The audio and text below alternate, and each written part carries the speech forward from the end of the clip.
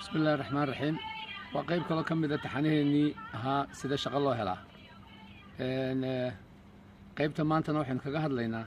سيدا الله ديارية CV وحينون نقانو CV سيدا دبوا كلمة إنجليزية وحاني كتاجنت هاي curriculum vitae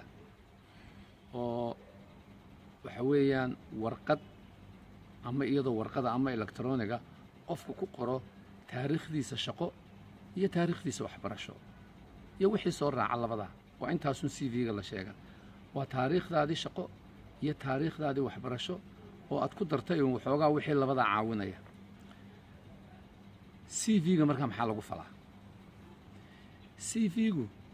وورقد كوكيل قفك واستعماله مركب الشقة قرته ما دام قفك لو شقينيا أما شركة لو شقينيا أما وسارة لو شقينيا يددك doonaya shaqada soo codsanaya aani iswada arkayno badan yihiin adduunyada meel badan ku kala nool yihiin warqadda CV-gu waxay wakiil ka tahay qofka dadkii markaa shaqada in loo shaqeeyo doonayay yiri dad noo shaqeeyaan doonayna CV-yadii iyo dalabkii markaa usoo wada xeroodaan dadkii waxay ka garanayaan warqadan ayay ka akhriyayaan oo odhanayaan qofkani uu fiican yahay qofkani uu ku dhadhow yahay qofkani naguma habboona qofkani waa sidan marka CV-gu waa maxay waa warqad ka wakiila qofkan shaqadoonka ah marka waad garan kartaa muhiimadda ay leedahay warqad ka wakiila ama wax ka wakiila adiga de waa inuu adiga ku matalaa waa inuu adiga wixaad wanaagaaga oo dhan soo saaraa ilaa adiga meeshii ma joogtid warqad baa ka wakiila warqadaasi waa inay noqotaa warqad wanaagsan oo si fiican wakiil kaaga noqota ma jiro sharci dhigaya CV-ga sidaa loo qorayo sidaa loo qoro siyaalo badan oo kala duwan bay dad badan u kala qoraan dad baa soo qora xaashi kaliya dad baa soo qora xaashi barkeed dad baa soo qora 10 xaashi dad wasibay u qoraan dad baa si u kala horreysiiya marka hadda waxay ku xidhan tahay shaqada aad qoranayso dadka aad u qoranaysaa waxa sida ay wax u rabaan CV-gu talabaad warqad sharciya maaha warqad sharciya loo odhanayo sharcigu ayaad jabisay ama maad jabin waa warqad aan sharci ahayn laakiin waa warqad adiga kaa wakiila sidaa darteed maadaama ay wakiil kaa tahay ay wakiilna kaaga tahay wax wanaagsan oo ah shaqada aad doonaysa waa muhiim in aad CV-ga si fiican u qorto haddaba balaynu bilowno dhowr qodob oo ah sida CV-ga wanaagsan loo qoro iyo waxyaalaha ku habboon iyo waxyaalaha aan ku habboonayn kow inta badan CV-ga waxaa lagu bilaabaa macluumaadka shakhsiga way kow ka yihiin magaca qofka cinwaankiisa halka laga helo iyo wixii tafaasiila kale waxaa jira halkaasi horta magacaagaad qoraysa markaad Soomaali tahayna de sideedaba waxaynu qornaa magacaaga saddexan kaagii kii aabaha kii awowga marka anigoo kale marka magacayga qorayo waa Maxamed Cali Bile sidaas aad u qoraysaa magacaaga waxa kale oo qoraysaa cinwaankaaga halka laga helo adduunyada kale waxay naga duwan tahay cinwaan baa jiro ama PO box ha noqdo ama address wada ha noqdo oo qofka loogu soo hagaajiyo wixii loo soo dirayo inagu guud ahaan dalkeenu ma laha address la iskugu soo hagaago sidaa darteed wax faa'iido ma leh haddaad tiraahdo waxaan ku noolahay xaafadda Faarax Umar qaybteeda sidaa iyo sidaa wax badan cid ka garanayso oo dadka shaqada loo qoranaya marka inaga cinwaankeena ugu muhiimsan waa laba waa emailkaaga iyo telefoonkaaga waa labada shay uuna hadii lagu la soo xiriirayo lagala soo xiriirayo emailka iyo telefoonka cinwaankan kale ee uuna hadalka ama xaafadda ama degmada aad ku nooshay wax badan tari maayo cid kugu soo hagaagi mayso marka waxa weeye magacaaga magaca aabaha magaca awowga emailkaaga iyo telefoonkaaga haddaad magaalada joogto ku qoratana waa okay laakiin dad badani ma jeclayna magaalada iyo gobolkooda ku qortaan marmarka qaarkood bay ka yar horimaanaysa waxa laga yaabaa dadkan aad u geysay inaanay sidaa uba sii jecleen qof meel fog joogo oo maaragtay soo qortay waa dadka qaarkood yani qofka runtii cid u shaqaysan rabaa meel kasta joogto uu jecel yahay inaad u timaado laakiin dad unbaa jecel ama waxaaba laga yaabaaba inay adiga ku xanibtaayo dee ay noqotaaba wax lagugu reebo intaad meel sheegato markaa meelna ha sheegan waxaad sheegataa un cinwaankaagu caadiya dad kale waxay qoraan waxyaalo tafaasiiloon loo baahnayn magaca hooyada meesha uu ku dhashay taariikhda uu dhashay inta caruur uu leeyahay waxyaalahaasi looma baahna ha qorin marar badan dhibaatay kugu noqonaysaa masalan iminka haddaan idhahdo anu waxaan ahay maxamed cali bele 11 caruuraan leeyahay waxaa laga yaabaa in qofkan aad u shaqaynaysa idhahdo qofkan 11 caruura wataa rakaab badan buu wataa bal inaga daayabo xitaa haddaanu afka ka odhan niyadday kaga soo dhacaysaa marka caruurtaadana ha sheegin meeshaad ku dhalatay ha sheegin da'daadana ha sheegin da'du marmar bay ku xanibaysaa ama aad xoog u weyntay ama aad xoog u yartay oo qofkan shaqada doonaya in loo shaqeeyaa ama shirkadda ama wasaaraddu ay kugu reebaysaa markaa da'daada waxba ha sheegin caruurta intaad leedahay waxba ha sheegin taariikhda dhalatay ha sheegin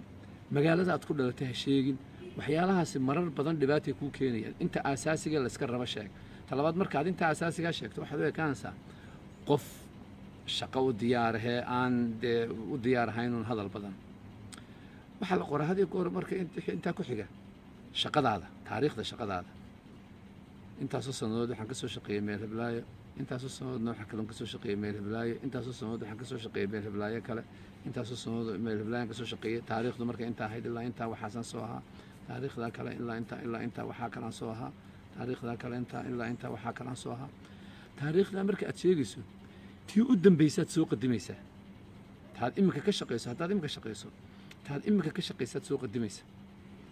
haddaad iminka shaqayna tii iminka ka yaro horreysay ee ugu dambaysaad ka shaqaysaad soo qadimaysa ha ka soo bilaabin tii hore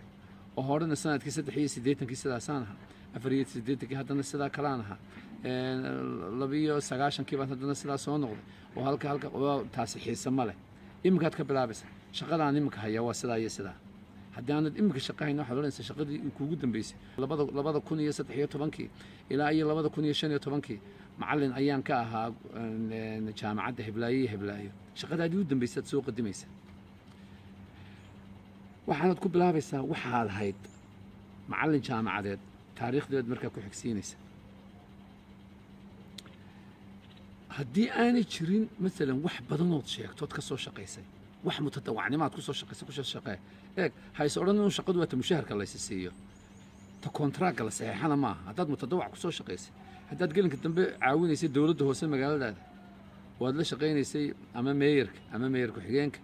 ama xildhibaan ka tirsan dowladdaada hoose oo aad ka caawinaysay sida ama xisaabaadka loo xidho ama aad ka caawinaysay sida magaalada xashiishka looga guro taa lafteedu waa shaqo waxaad odhanaysaa waxaan kaaliyo u ahaa ama caawinayey xildhibaanka degmada magaalada aan ka tirsanay oon ka caawinayay arrimaha sidaasa eeg waxaa kuugu daranun adoo idhaa waxba maan qaban jirin marka waa inaad waxyaalo ila waxba maan qaban jirin suuragalma waxbaad qaban jirtay ee innagunbaa shaqada u naqaana tan mushaharka laysa siiyee inta kontraagga la qaatee ama hay-ad weyn oo buurani ku qaadato ama wasaarada ku qaadato tan kaleed hoosead ka shaqaysa haddii kale waxaad odhan kartaaba 2 sannadood u dambeeyey shirkadda aabbahay hadday doonto shirkaddu maaha dee shirkad weyn in yaroo aabbahaley dukaan yaroo aabbahalaya waa shirkadda aabbahay baan waxaa kala qaban jira hadda waxaa laga yaabaa shirkadda aabbaha $3,000 ma gaadho waxa ay ka shaqaysaa dukaankiisu laakiinse waad sheegaysaa waxa labada ka xun adoo idhaa waxba maan qaban jir shirkadda aabbahay oo ganacsada ah hadduu rabo gaari gacan buu wax ku gadaa oo miis buu wax ku iibiyaa taasaad shirkadda sheeganaysa shirkadda aabbahay baan u ahaa sidaa iyo sidaa ama alaabada looga keenayo bakhaarada ayaanu soo qaadi jiray wuxuun waa inaad sheegtaa waa markay shaqada kugu yartay haddii shaqada kugu badan shaqo badanood sheegta haysana iyada shaqadaa badan baad sheegaysa shaqadii markaas sida u kala dambaysay sidaasaad odhanaysa isdaba dhigaysa waxaad ku xigsinaysaa tacliinta wixii aad tacliin soo martay waxaad ka bilaabaysaa tii kuugu dambaysay ha ka soo bilaabin dugsigii dhexe halkaasaan ka soo baxay dugsigii sare halkaasaan ka soo baxay jaamacadda halkaasaan ka soo baxay haddana maxad kalaan ka soo baxay haddana qofku wuu daalaya waayo ta macnaha samaynaysaa waa tii kuugu dambaysay jaamacaddii shahaadadaydii labaad halkaasaan ka qaatay ama shahaadadaydii koowaad halkaasaan ka qaatay tii ugu dambaysay saasaad u soconaysaa ilaa iyo dee tii u dambaysa gaadho dugsiga hoose iyo waxbaa tegin marka shaqo laga hadlayo dee haddii aanay intay waxbarashada kugu yaraato 2 layn kugu noqonood odhan wax ku camir haddaad ku camiraysana dugsi af ingiriisi ood dhigan jirtay sheego kombiyuutarada soo dhigatay sheego arrimahaa sheeg laakiinse dee adoo shahaadada jaamacadeed sitaa ilaa dugsiga hoose maaragtay dugsiga axmed gurey baan ka soo baxay sidaa ha u soconin macno badan shaqada unu yeelamayso waayo c v-gu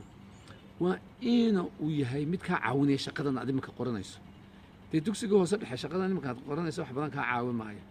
inuu qofka uun tuso uun bal hadda magaaladaad ka timid iyo cidda tahay iyo waxaa mooyaane wax badan kaa caawimaya marka waxba ha sheegin dugsiga hoose iyo kii dhexe mid kale ayana imanaysa xirfada haddaad leedahay sheeg xirfado shaqadan kaa caawinaya haddaad leedahay sheeg waxaad odhan kartaa waxaan leeyahay takhasus IT oo waan ku fiicanay oo barnaamijyada sidaasaan aqaanaa oo waxaan samayn karaa barnaamijyada oo softwareada ayaan diyaarin karaa oo sidaa iyo sidaa way kaa caawinaysaa waayo kulleyba wax kasta combyuutar ku saabsanay shaqo kastood qoranayso oo kaa caawinaya marka taani waad sheegaysaa tacliinta kasakow waxyaalaha kale xirfadahaad leedahay waad sheegi kartaa oo waad ku dari kartaa waxaad leedahay haddii injineer laga rabo waxaan ahay cagafcagafyada waaweyn iyo wadistoodana waan aqaanaa haddii kale waxaad odhan kartaa sida maababka loo sameeyaan aqaan yacni wax kasta oo xirfadood is leedahay way kaa caawinaysaa hawshaasi waa inaad ku dartaa CV-gu had iyo goor wuxuu ku qurux badan yahay inaad u samayso waxaan loo yaqaano bulletka oo ah qodobo ama dhibic yar aad u horreysiiso ama lan yaro sidaasa si qofka akhriyaya maskaxdiisu qodobadan ayuu raacayaa sidaa iyo sidaa saas ahay sidaa iyo sidaa saas ahay hadal dhan oo taxanaa oo isdaba taxano sidii joornaalka ah ha qorin haddii kale macno badan samayn maayo qofku wuxuu kala garan laaya waxaad ka hadlayso laakiinse qodob kastood ka hadlayso hadday tacliin iyo jaamacad tahay hadday shaqo tahay mid kastaba hal mar intaad qorto melihi hal laynun ha noqdo dhowr layn buu noqon karaa laakiinse qodob calaamadsanoo sidaas si qofka akhriyaya taa uu ka baxay tan kaluu galay tan kaluu galay tan kaluu galay sidaa uu kugu wado markaa CV-ga inta badan qodobee waxaa jira isna qodob kaloo muhiima oo had iyo goor CV-yada lagu qoro oo ah waxaan la yidhaha referenska waxa weeyaan waa dad ku yaqaan oo wax kaa sheegi kara dadka qaarkii waxay ku soo qoraan dad waaweyn waxaa laga yaabaa meel shaqo loo qoran qofku wuxuu ku soo qoraya wasiirka maaliyadda agaasimaha guud ee duulista iyo hawada maareeyaha guud ee shirkad heblaayo arrimaha noocaasi waxay u eegyihiin inaad maaragtay ismuujinayso dad waaweyn isku dhedhejinayso waxaad reference ka dhigataa haddaad qorayso horta haddaad doonto qasab maaha laakiinse haddiiba ay noqoto inaad qorato dad shaqadan aad soo qoratay khibraddeeda leh oo la yaqaan ama aad is leedahay haddii wax la weydiiyo waxbaa laga odhan karaa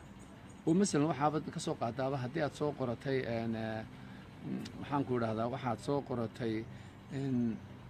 maamulka iyo maaraynta waxaad ku qoran kartaa dee qof maamulka iyo maaraynta lagu yaqaano ama ha noqdo macallin jaamacadeed ama ha noqdo shakhsi kale ayaad soo qoran kartaa laakiin haddaad tiraahdo wasiir ku-xigeenka hebel baan soo qortay dee waa waxoogaa halkaa waad isku yaro badisay ha isku badbadinino wasiirre iyo dad waaweyn ha doonanin dad mihnadaadan garanaya doono masalan haddaad tahay injineer dhisa bariishyada iyo waddooyinka waad soo qoranayso waxaad odhan kartaa waxa referency ah injineerka dhisaya waddada magaalo heblaayo iyo heblaayo shirkadda caynkaas ayaa referency ah ama qofka ka shaqeeya howlaha guud ee sidaas iyo sidaasa qof shaqadan aad qoranaysa iyo u dhadhow iyo waxaanaad ka hadlayso ayaa inta badan lagu qortaa mid kale jirto aynu caado u lehno egdee CV-yadan horow maynu aqoone midun baynu aragno inteena badan aynu iska sii daba sasawirana xagga dambe dad baa ku qora hobbigaygu waa reading inaan wax akhristo iyo inaan ordo iyo sport iyo maaragtay inaan xoolaha dee dadkan ajanabiga qaarkood yidhaahdaan xoolaha iyo ayda iyo baan jecelahay iyo wax saas waxbaan jecelahay iyo waxba wax akhriskaan jecel iyo waan ordaa iyo maaragtay jimicsigaan iyo waxyaalahaasi waa waxyaalo la kala wada naqnaqishayo aan run ahayn marka waa la garanaya inaan waxaan run ahayn haddaad jimicsi jeceshay haddii kale arrintu meesha kuma jirto marka waxyaalaha eg CV-gani waa inuu noqdaa wax dadka kale kaa duwood adigu aad shakhsiyan tahay marka waa inaanu waxaan dadka isu wada eega lasoo wada qoro kaaga eekaan waxaa jira marmar CV-gu kugu yaraado oo hal page ba uu dhaafi waayo oo wixii aad qortayba hal page dhaafi waayo adiguna aad jeceshay dee inaad yaro buunbuuniso ood yaro badiso ood maaragtay uu CV weyn kuu noqdo maarjinnada laga soo kaco warqadda dhinacaa iyo dhinacaa soo yare si uu markaa qayb badanoo hadalkaagii aad qortay bogga labaad u tagto oo markaa uu CV-gaaga laba bog u noqdo maarjinkaa soo yare fartana in yare waaweyne haddaad dee kombyuutarka taqaana sadarrada inta u dhaxaysa yara ballaari idan adigu waxaad ka socotaan waxa weeyaan waxaan halka page noqday uu yaraan waxa hor doona qofkan khibrad iyo tacliin ma leh qofkan hal page ba dhaafi waaye waxa doonaysaa in fartaadi ay tagto bogga labaad marka hareerahaasaad ka soo yareyn kartaa si ay hoos ugu dheeraato inta labada sadar ama labada line u dhaxaysaad yara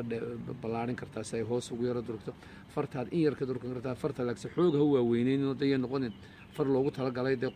qof aan waxba arkay marka haddii aad marka hore ay 11 kuugu qorneed oo kale 12 ka dhig haddii aad 12 13 ka dhig laakiin 13 ha sii dhaafin haddii kale waxay noqonaysaa haddii mesela roman oo kale tahay 13 ha sii dhaafin haddii kale xadka ka baxaysaa way fool xumaanaysaa waxyaalaha iska ilaalinaysa markaad CV-ga qorayso waxaa ka mid ah spelling luqadda hadduu ingiriisi yahay hadduu carabi yahay iyo hadduu af soomaali yahayba luqadda iyo spelling aad ku qoraysa grammarka aad ugu fiirso dadka intooda badan waxaa lagu nacaa ama lagu diidaa waxa weeye luqadooda iyo spellingkooda ayaa liita marka marka qofku spellingkiisu liito dee waa la diidaa waxa loo dhan qofka warqaddii uu ka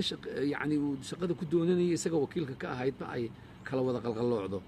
maxaa la siin karaa wax kala ah mas-uuliyadda ma qaadi kartid waxa weeyaan warqadaadu waa ina nadiif spellingkeedu aad u qurux badan yahay waxaa kaloo iska ilaalisaa emailka aad ku qoranaysaa waa inaanu noqon email waxoogaa si yaroo dee sidan inagu soomaaliga u naqaano maahe email ciyaalo suuq waa inaanu ekaan waa inaad ku qori maaragtay loveboy@gmail.com dee adoo shaqo doonayo shaqo qof weyn doonayo oo maaragtay haddaad loveboy iyo ku qorato iyo xidigta magaalada iyo maaragtay email yaryaroo maaragtay kii yaraayda iska ciyaal suuq maaha waa email u fiican yahay yani labada midnaba ma xuma laakiin hadda marka xagga shaqada loo eego qofka shaqada qaadanaya wuxuu odhanaya waxaan qofkan loveboyga iyo ka sheekeynaya xidigta magaalada iyo meesha jacayl lagama hadlaya wax laga hadlaya shaqo marka emailada yaryara fankiga ahee maaragtay yara riwaayadda ah iska ilaaliyo email wanaagsan oo weliba inta badan magacaagu inuu ka muuqdo maxamed@gmail.com ama cabdillaahi@yahoo.com ama cali yuusuf maaragtay hotmail.com magac iska degan oo maaragtay aan soo jiidasho siyaadaa lahayn un ku daa markaad CV-gaaga qorayso naanaysa ku qorin ama meelaha nickname-ka ah naanaystaada looma baahna magacaagaa loo baahan yahay oo rasiina markaa naanays iyo waxba ha kusii qorqorin markaad CV-gaaga qorto waa muhiim inuu qof kale kaa akhriyo oo uu eego oo waxyaalaha ku qaldan yahay kula eego keligaa waayo had iyo goor qaladka qof sameeya inta badan qofkaasi ma arko qof kalaa ka arka markaa CV-gaaga qof kale u dhiibo ha kula akhriyo oo ha kula eego oo ha kula nadiifiyo oo ha kuu sheego waxyaalaha uu arko inay ku qaldan yihiin arrin kalena aad bay muhiim u tahay warqadda aad CV-gaaga ku qoraysa waa inay nadiif noqotaa warqad qurux badan noqotaa ha soo laabin dhexda ha ka soo jabinin waa inay warqad fayl kale ama wax kale aad soo gelisaa iyadoo nadiifa waa inaad dirtaa mid kalena waa muhiim warqadaad waa inayna photocopy noqon waa inaan warqadda laga arag inaad CV hore ku yaallo inaad sii photocopy garaysay shaqo kasta oo aad codsato CV cusub u samee hal CV-un ha yeelana shaqo kasta oo aad codsato CV aad yara qurxisay oo aad ku fadhiisisay shaqadaasi shuruudaha laga rabo waa inaad samaysaa haddii kale waxaa loo arkaya nin xabad CV haysto shaqadii soo baxdaba hadday beero soo baxaan iyo hadday soo baxaan wadooyin la samaynayo hadday soo baxaan maamul iyo hadday soo baxaan xisaabiye maaha CV kastaba waa inaad nadiifisaa oo aad ku fadhiisisaa talabaad CV-ga waxaa laga arkaa markaad isagiyo emaila dirto ee aanad isagoo warqada dirin ood email ku dirto waxaa la arkayaa maalintii aad safe garaysay marka haddii CV-gaaga aad safe garaysay ama November sanadkii 2015 waxaa la arkaya ilaa 15 inaad CV-gan taabanba marka qof caajisaatay marka CV-gaaga had iyo goor dhowr maalmood ka hor intii aanad shaqadan dalban ugu dambaysa safe garay si loo garto inaad tahay qof soo jeedo CV-giisa aad uga shaqaynaya waxaan rajaynayaa inuu casharkaasi ku anfacay. Assalaamu calaykum waraxmatullaahi wabarakaatu.